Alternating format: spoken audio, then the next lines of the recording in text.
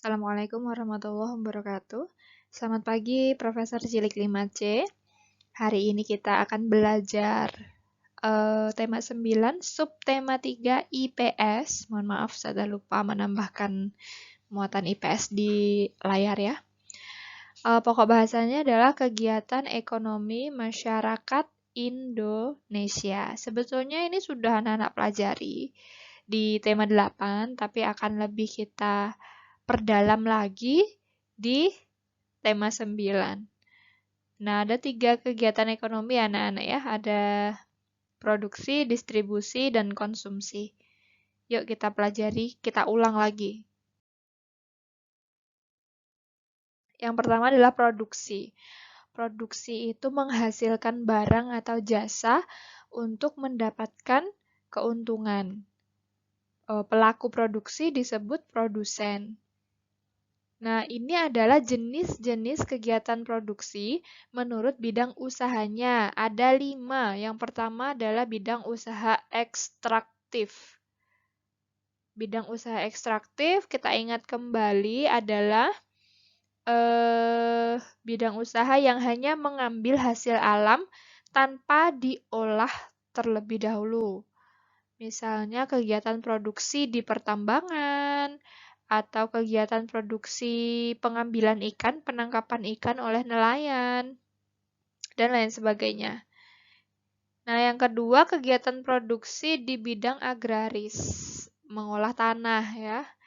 Di bidang pertanian, menghasilkan padi, menghasilkan apalagi jagung. Di bidang perkebunan, menghasilkan sayur mayur, buah-buahan, tanaman hias. Lalu kegiatan produksi di bidang industri, anak-anak sudah paham ada industri rumah tangga, kecil, menengah, dan besar. Semuanya menghasilkan produk atau jasa tentunya. Yang keempat, kegiatan produksi di bidang usaha perdagangan.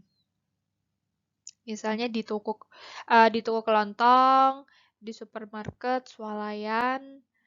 Lalu ada juga di bidang jasa, kegiatan produksi di bidang jasa.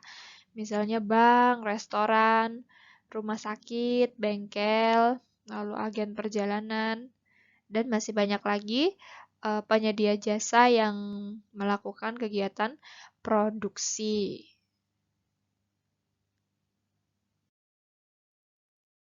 Kegiatan ekonomi yang kedua, distribusi, penyaluran.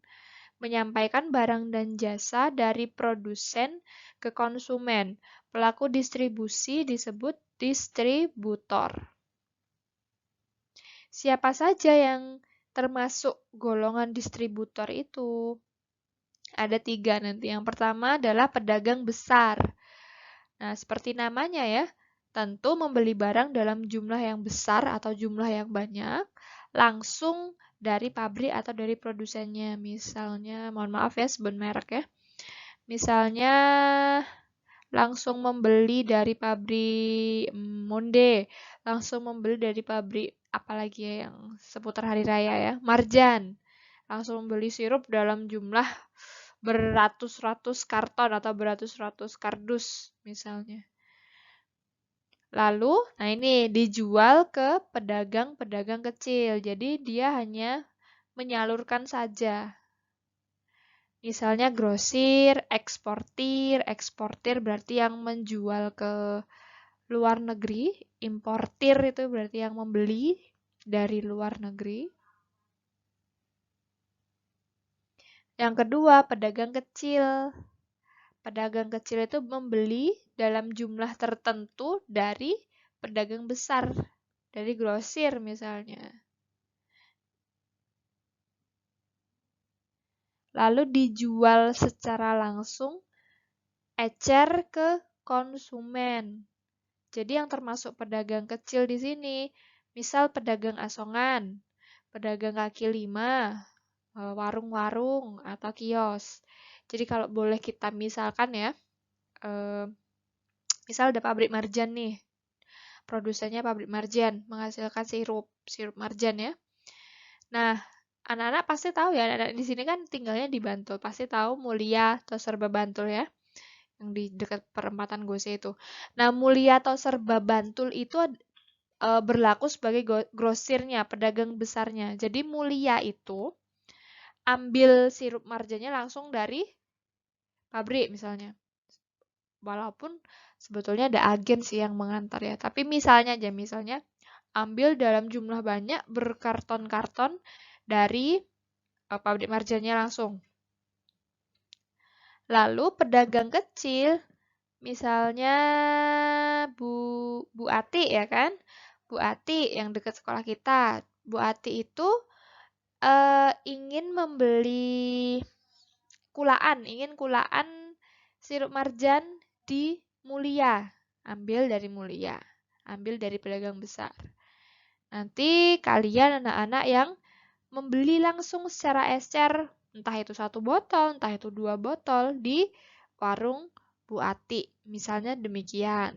Bu Ati sebagai pedagang kecil, Mulia sebagai pedagang besar. Atau golongan ketiga, perantara. Perantara itu mempertemukan penjual dengan pembeli, tapi tidak bertanggung jawab atas kondisi barangnya. Entah itu barangnya rusak, entah itu barangnya tidak utuh. Itu bukan tanggung jawab perantara. Siapa saja yang masuk perantara? Ada agen. Agen itu bertindak atas nama perusahaan. Yang kedua ada komisioner. Kalau komisioner tidak membawa nama perusahaan, tapi membawa nama pribadi, nama dia sendiri. Untungnya komisioner itu disebut, untung atau upahnya komisioner itu disebut komisi ya. Yang ketiga ada maklar atau nama lainnya broker atau pialang. Pialang ini bisa mempertemukan penjual dengan pembeli atas nama perusahaan atau atas nama pribadi. Sering dijumpai itu makelar tanah, makelar rumah ya, makelar sapi misalnya. Belantik kalau nggak salah ya bahasa Jawanya kalau makelar sapi. Begitu. Lalu yang ketiga, kegiatan ekonomi yang ketiga, konsumsi, mengurangi nilai guna suatu barang atau jasa. Siapa saja yang melakukan kegiatan konsumsi? Ada tiga golongan yang melakukan kegiatan konsumsi. Yang level terendah itu adalah rumah tangga, ya di rumah kita masing-masing itu ya. Beli pakaian, memakai pakaian, beli makanan, listrik, pulsa, dan lain-lain. Banyak sekali item konsumsinya. Level yang atas, kegiatan konsumsi perusahaan.